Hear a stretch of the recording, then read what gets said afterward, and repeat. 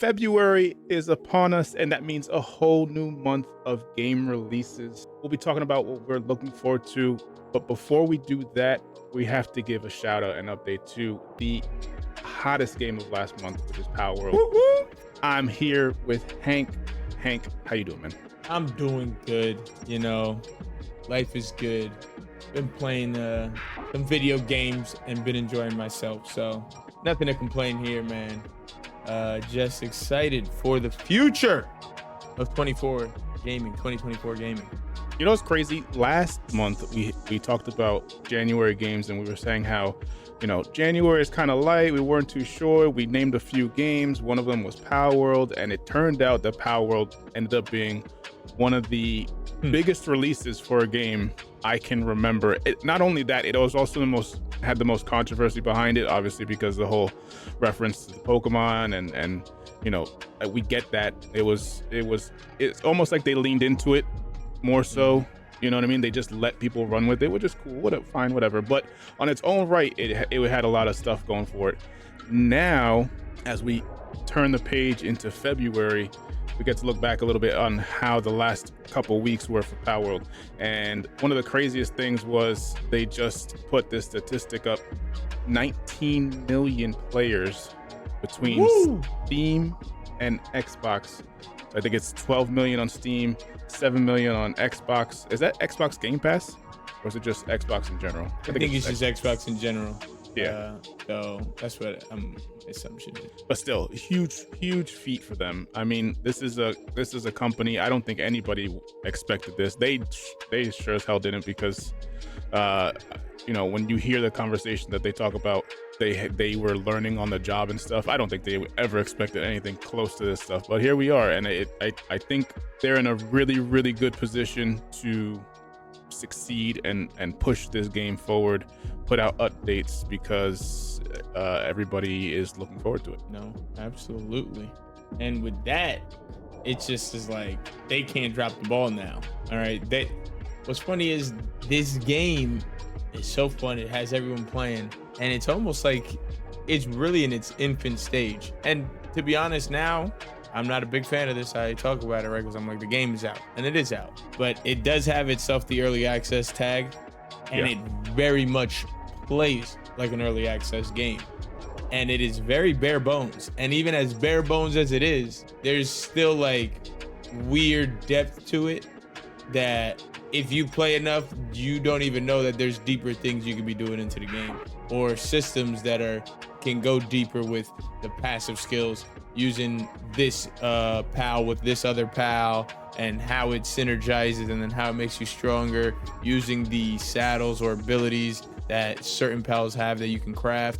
Like, it gets pretty deep, and it also just feel like it's not even anywhere near polished now. So, dangerous word in the world of sports, and I guess same thing with gaming, and that is potential. The potential is immaculate, but will they tap into that potential is the question. So like, my thing is like, moving forward, this goes for you guys out there too watching the video. Let us know in the comments, what do we want to see from Palworld moving forward? Like, I know they mentioned the roadmap, but like, what are other things that like might not be on that roadmap that we want to see? Kevin, like, what's something you want to see that they implement or do? I mean, the biggest thing probably is going to be crossplay. I'd like to see them just integrate Xbox players, the Game Pass PC players, and the Steam players being able to all play together. That would probably be the biggest thing, on top of, you know, I think we mentioned it before, their servers or at least the server files maybe need to be optimized. That way there's no memory leaks and things like that. To that point though, Xbox themselves, this is crazy to me, because I don't think that companies or the consoles do things like this. They released a news post or blog or whatever you want to call it, and they just released it, and I'm gonna read a little bit of it as I put it on the screen here. They go to say, developers are listening to player feedback and have started applying their learnings to the game already, and they know crossplay is one of the largest requests from fans and are working quickly to address it. Then they go on to say, on Xbox part, We're working with Pocket Pair to help provide support for Xbox versions of the game. We're providing support to enable dedicated servers, offering engineering resources to help with GPU and memory optimization, speeding up the process to make Palworld updates available for players, and working with the team to optimize the title for our platform. So this is one of those things where very unique, especially for basically an indie developer. They have, not only do they have Microsoft saying or adding to the PR, adding to the this cycle of people talking about this game, but they're also saying, hey, we are personally going to help them make sure, we're saying it on record, we're helping them make sure that they optimize this game and they update it and get those updates as fast as possible to our players. That's an awesome endorsement. Yeah, no, absolutely. I think it also goes to show that Xbox is not being naive or stupid here. They see something that, for whatever reason, I don't even know where the deal was made, that clearly these developers only even worked on it on the Xbox side and obviously Steam.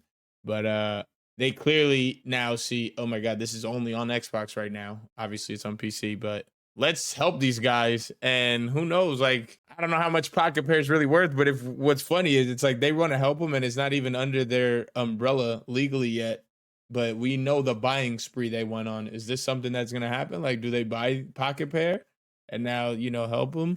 Obviously, we also know, though, the unfortunate thing with, if it was 1,900 Microsoft employees, though, right? Was it that got laid off? Xbox? Yeah, laid off. So there's always still that whole thing happening, which is not good to see, not fun to see. We hate seeing that in the gaming world when, layoffs happen. But I do think it's a pretty strong showing from Microsoft and Xbox that they're willing to help these guys.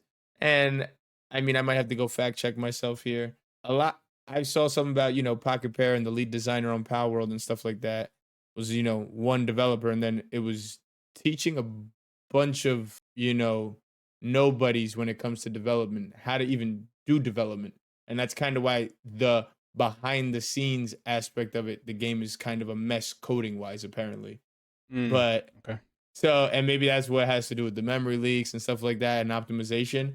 So like now, clearly there's money there to be funding and getting better support, teaching those guys too, whether they can learn who's already on the team and also bringing in new people who now are experienced. Like, they just have a lot of things going right for them. We just hope that they don't drop the ball, right? Like we started this conversation with the potential word.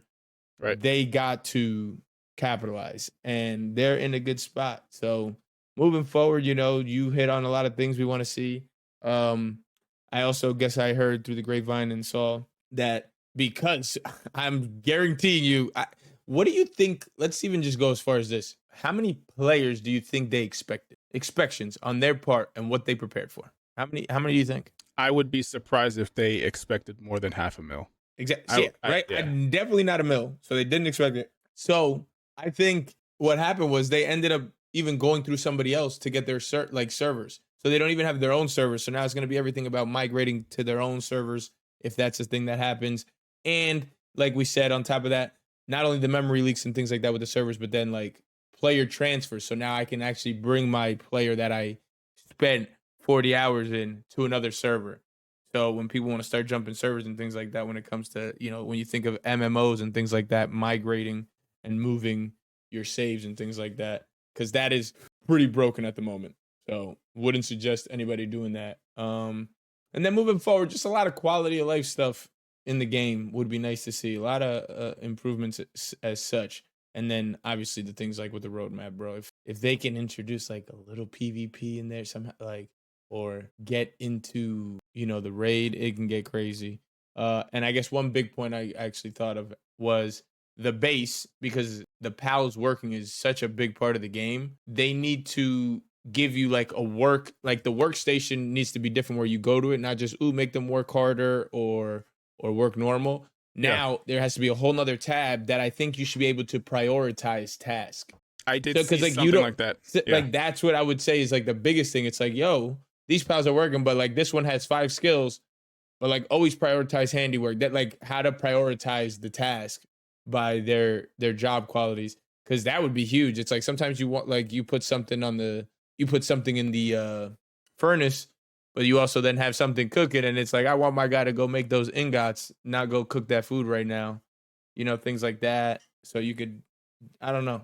That's like one little big quality like thing because the pals and the AI, and the pals working around the base is huge.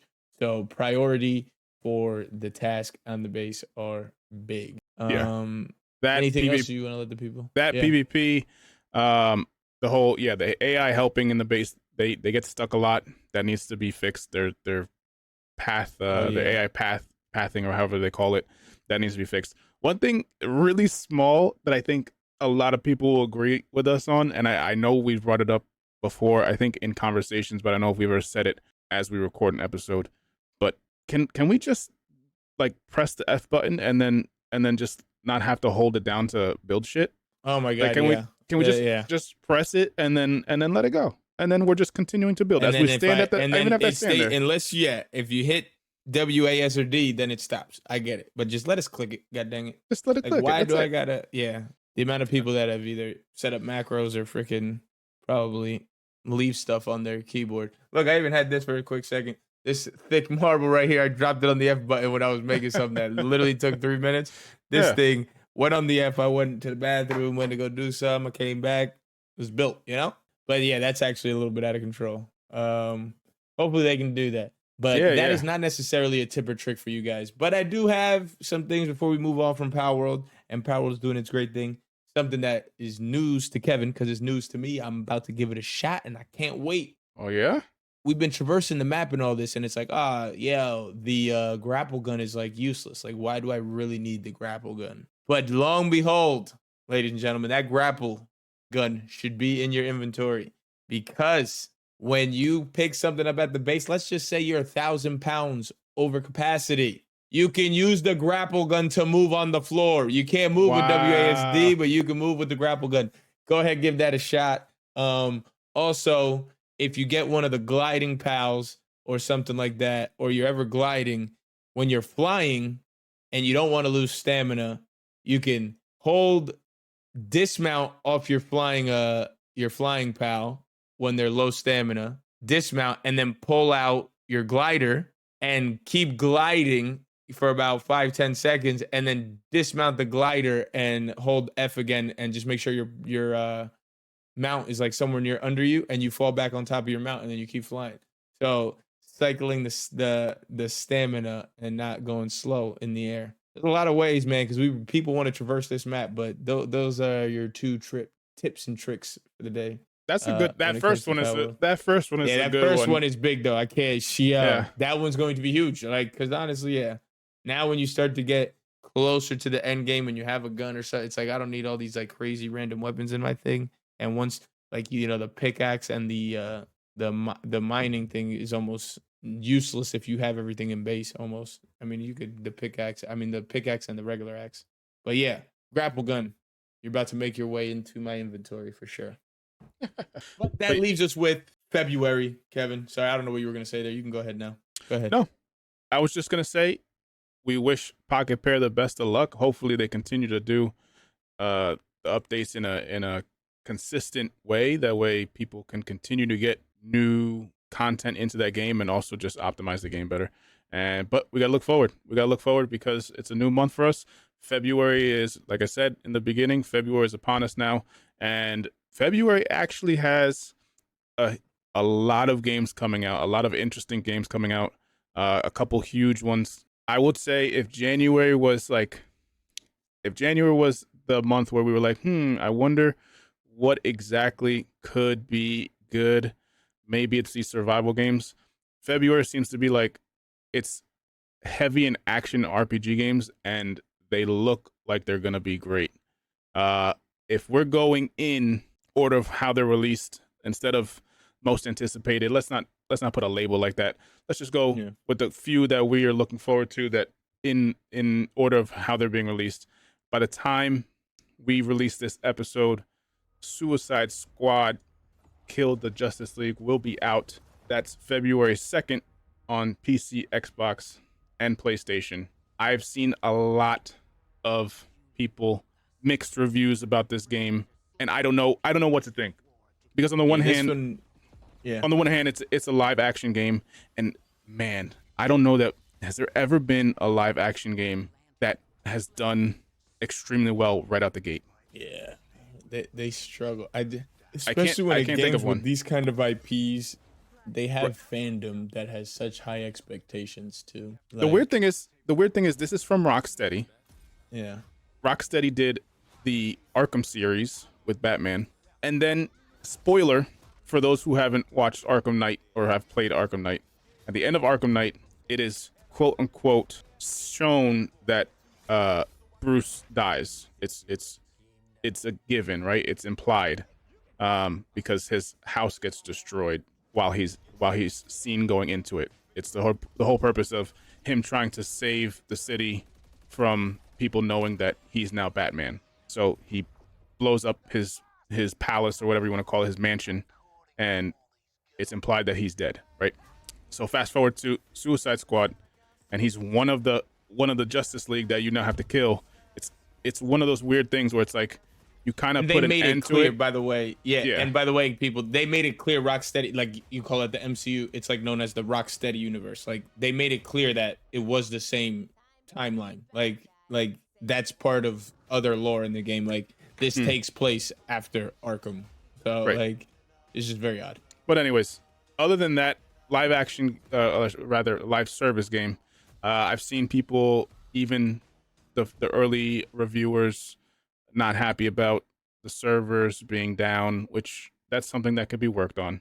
I've actually heard, and I don't know if this is true, you could play the game single player, but you still have to have an online connection, which is one of those things that, They're working on an offline mode. I did see that. We could say Okay. that though. That's a top Okay. priority apparently. that has to be, because that's one of the dumbest things possible. That should never be a thing.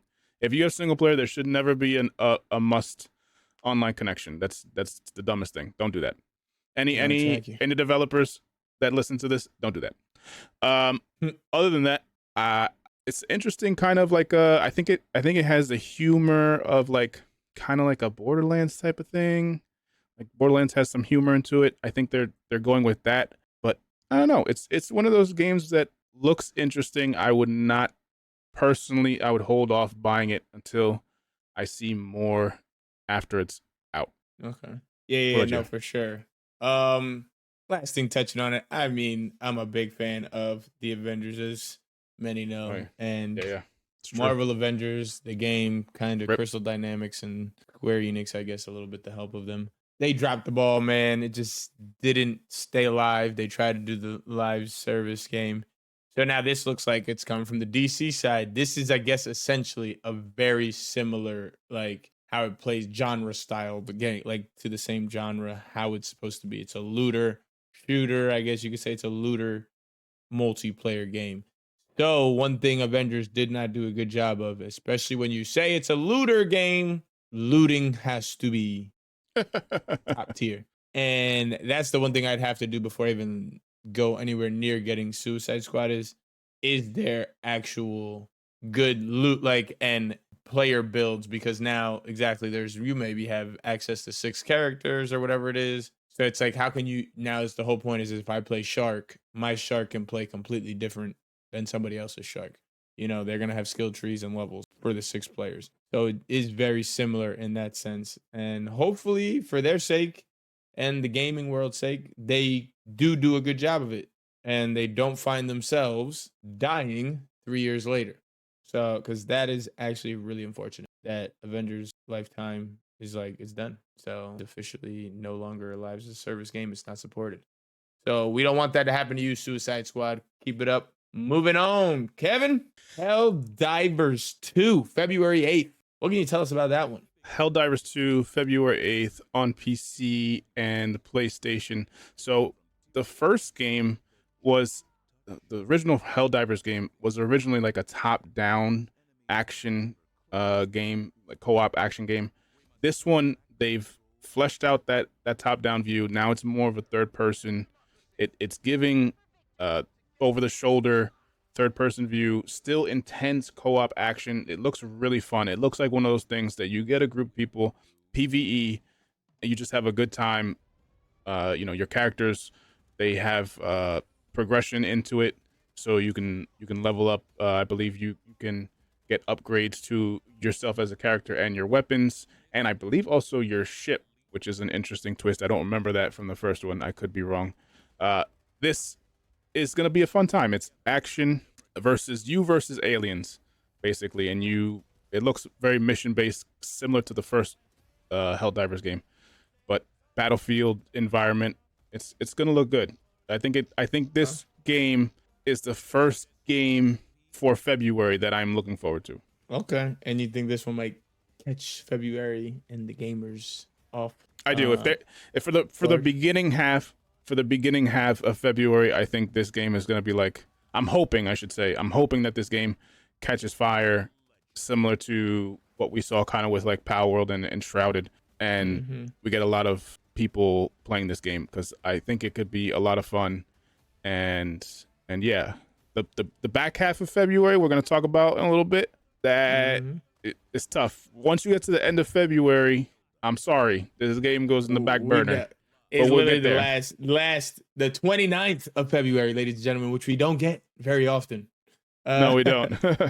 But anyways, moving on, February 16th, Skull and Bones. Oh my God. This has been mentioned throughout our 30 episodes. If you've been around and you're one of those listeners, Ubisoft has put this game out, stopped this development, redone this development, delayed this development, and ladies and gentlemen, it's finally here. They're promoting. They got all these versions, deluxe, not deluxe. You get this and that. I just can't wait for this game to come out, and thank the not the placebo, but the test subjects of the people that go ahead and actually buy this. And boy, go ahead, give me the review. Let me see, because this game could have been so much for me personally. Like if they kind of just took Black Flag and, it could have just been multiplayer Black Flag. Like Assassin's Creed Black Flag multiplayer. That's literally what it had to be. And add multiplayer styling to the missions, and obviously take away the whole story-driven single-player aspect of it. Like that's what they had to do. And basically give, I guess, what it is like Sea of Thieves, but Assassin's Creed skin over it, and like not such a cartoon-looking playing thing, the first person also, and see these like now, third person, give me player customization. Let me be a pirate. Let me go that ship fighting from Black Flag, which is great. Let's go actually get onto the ship and now have combat on foot. But no, apparently we just do cutscenes in Skull and Bones. Don't know if that's changed because I don't care enough until this damn game comes out and people start reviewing it. But oh my, ladies and gentlemen, please let me know in the comments how you feel about Skull and Bones, if you're gonna give it a shot, because I would like to hear about it. But that's where I'm at with Skull and Bones. This is another live service game, surprisingly. I say surprisingly not because it's surprised that Ubisoft is trying to milk people's money, but surprisingly because it's another, a week apart from Suicide Squad. Now we've got another live service game. I will say in the one pro I've seen with Skull and Bones is that it's going to be full crossplay right out the gate. So PC, PS5, and Xbox will all be able to play together. You got to give them props when props are due. There is a single player mode, but according to what I've been able to find, Ubisoft hasn't been real clear on what that would look like. So I don't know if that's something that is going to be at launch or something that they maybe have to update later, but there may be a single player mode if that is what tickles your fancy as far as Skull and Bones go. I think that game is going to be a disaster. I don't know. It's just my gut feeling is that game just took too long. It had too much odd things with the development. Development team was there. Like you said, delays. Then there's a whole new development team. Then at one point there was an article that said they scratched all of development. They had to start all over. Like it just sounds like such a mess. I hope I'm wrong, because for anybody who purchases that game, I hope you get a game that's worth it. But I just don't see it. And maybe I eat my words, and I'm cool with that. But until then, maybe we should say it's gonna tank, because As all of you know, anything we say on GamerVice, the opposite happens. So Skull and Bones is going to be terrible. Moving on, second to last game here to mention, February 21st, a Yep. game that has been a true early access game, as we've talked about Palworld, a game that has been making updates. They really have not been full release. Any fans of the dungeon looting, crawling type Diablo 4 Path of Exile, we have a game that is trying to rival those two and add to the competition, and that is Last Epoch. I've kept up to news with this game for the last maybe 8 months to 12 months. I've been in the Discord seeing how they're doing their progress. I have not played the early access, but I like to see what people are in there talking about. They've really been hammering at the game, listening to their community in Discord and polishing away and fixing certain features in the game. But you looter people out there that like that Diablo Path of Exile, this is another game that could rival that, and hopefully it does rival that. And when I mean rival is like get players and really keep them. So can't wait to see that one because I myself enjoyed Diablo. Path of Exile never played, but now I'm looking forward to Path of Exile 2, but I know I'm in no rush to play that, so it's actually good. I have no, like, when it comes out, because I know that's like far out, but they were already showing things in their Path of Exile con, whatever they called it. Yeah, but Last Epoch, ladies and gentlemen, go ahead. Let me know in the comments if you're somebody who's actually playing Last Epoch, and let me know how it is when you get your hands on it. Let us know in the comments. Now, question for you, because you know now that it has a release date for its official 1.0 release, will you purchase it now, or are you still going to hold off? So that's the thing. The only reason I'm saying I want to play it, but realistically now, Power and kind of me trying to get into whatchamacallit, back into my NCAA possibly 14 college football revamped. I just don't know, and I don't know. There's Palworld, and that's kind of enough right now. But we all know me and my ADD when it comes to gaming. So anything's possible. But do I get it before the 21st? Because yeah, I'm assuming I don't know if the price will go back. If the price is gonna go up, That's what I'm saying. It might go up. Right now, as of right now, it is $35. It's been there, and it's a good hefty price. It is already. So I can only imagine. Yeah. If they're gonna be like Ready Player One, there's gonna be like at least $49.99 when that comes out. Honestly, I mean, I don't know. It is my like. I always like the change of pace with these kind of games from all the other games that we play. Like this game is completely different than anything else we've kind of been mentioning, right? It's got its very specific genre, and it's funny because I do like it, and I like my 50 hours or so doing that. And then maybe I'll, once I get one character type max level or finish a story, then it's like, it's like, all right, when have I experienced most of the content, then I don't care for like grinding out the end game and trying to find the rarest of rarest loot. But I'm watching it closely. We'll see. But the big finale to the episode, ladies and gentlemen, moving on. Drum roll, please. Kevin. Yes, sir. Tell the people what is got your attention on February 29th. Yes, ladies and gentlemen, I said that. February 29th is a thing. It's a real day. It's Kevin, a real day. It is actually here, Thursday, February 29th. Nothing's coming out. It's just a joke. We're joking. No. It's a little game called Final Fantasy VII Rebirth. And this game has been on my mind, or on the Final Fantasy fans' mind, since the remake came out back in, I want to say, 2020. Man, that's 20 or 2021. Because I was actually looking this up if I should play that one. You should definitely play Final Fantasy Remake. I want to know how I know it's good, because that thing still is good $40. They ain't even dropped the price on that. Go ahead. But yeah, the second of three parts for the Final Fantasy VII remake that they're doing. Oh, it's three parts. It's 3 parts. So this is the second of 3 parts. And it was April 10, 2020, by the way. Yeah, 2020. Yeah. See, so yeah, it's almost 4 years. 4 years since that game came out, and this game looks amazing. I mean, now we have the open world aspect of Final Fantasy VII come into play. You've gotten most of the characters, I believe. If I remember my original playthroughs of the OG Final Fantasy VII, in this point of the game, this section of the game, you will get to obtain pretty much every other playable character for your team. So it's just, there's just so much I am looking forward to seeing what they keep the same. The ending, I'm not going to spoil it.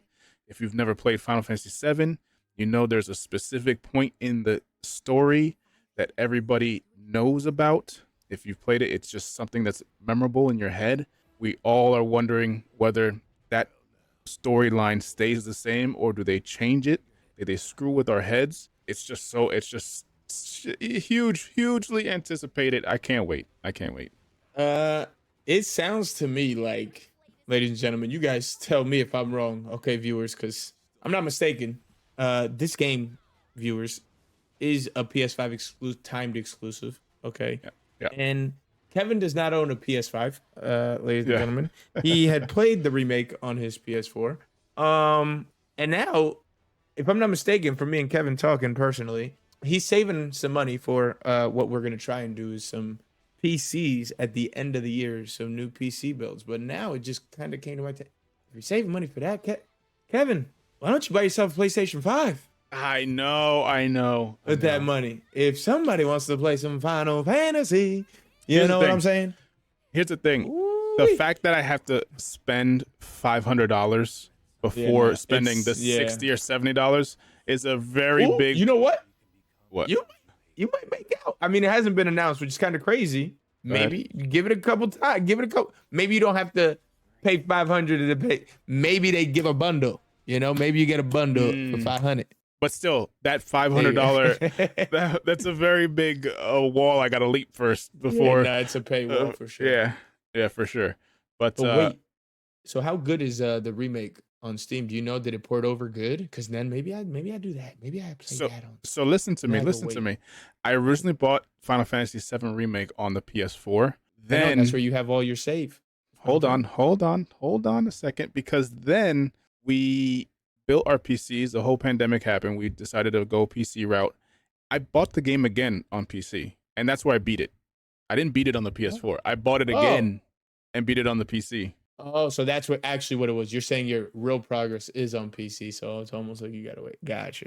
Well, here's the thing. They already announced that your game save doesn't cross over, so it doesn't matter.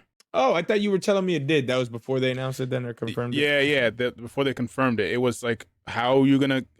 I took all this time to level my characters up to 20 or 30 or whatever the max rate was. I don't think I actually did, but people did do that. But it doesn't matter because they already confirmed you're going to start over with like, everybody's going to start base level. Does anything carry over? I think there might be like some rewards or like something, some so accessories or some secondary stuff. Okay. Yeah. Nothing game breaking or major. Nah. Game affecting wise. I don't think so. Not cosmetic. All right. Well, ladies and gentlemen, there you have it. The big hitters from GAMERViCE that we think in the month of February. Now, are there other games? Absolutely, we got other games, and it actually seems like a month of DLC and remakes. You got Persona 3 Reload, you got Grand Bull Fantasy Relink, you got Atomic Heart, a DLC. Then you got what do we got here? Oh, Terminator Dark Fate, Save Zero X, Brandy Tale, Solium Infernum, Tomb Raider Remastered.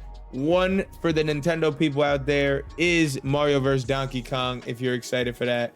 But Brothers, A Tale of Two Sons remake, that was apparently a game, but that's a remake. There you go. Pacific Drive, a PC and PS5 exclusive. Sons of the Forest on PC, and Wrath, Aeon of Ruin. Okay, yeah. But there's a lot. And then that's not to count the baby indie games and stuff that might come out on Steam and stuff like that. But those are like the big headliner releases of February. What's gonna come out and shock us? You know what? Let's do this. Like, what do we think the biggest game of February will be? You guys let us know. I mean, it's kind of unfair. I think it's unfair in this case. If we knock that one out, maybe it's like which one would be the biggest. But yeah, Final Fantasy VII. You know what? It doesn't count for February. That one is in limbo 2024. It's not even because it's really on the 29th. The date doesn't exist any other year. So between February 1st and February 28th, ladies and gentlemen, what do you think is the biggest game? Oh, you want to? You're asking me now?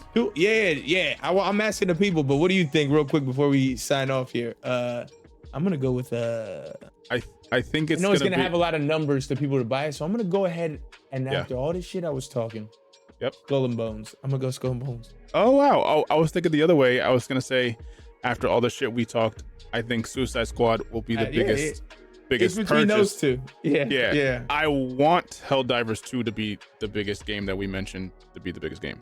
Yeah. Other we want than that one Final to be Fantasy, but yeah. the sneaky Yeah. come up one. All right. Yes. Okay. Let us know in the comments, ladies and gentlemen. But you already know what it was. This was a hefty episode. But you guys know. Take your time watching it. Share it with the people at home. Like the video. Comment. Do all that good stuff they talk about on YouTube. But without further ado, ladies and gentlemen, GAMERViCE, giving you all the vice you need. We are out. Peace.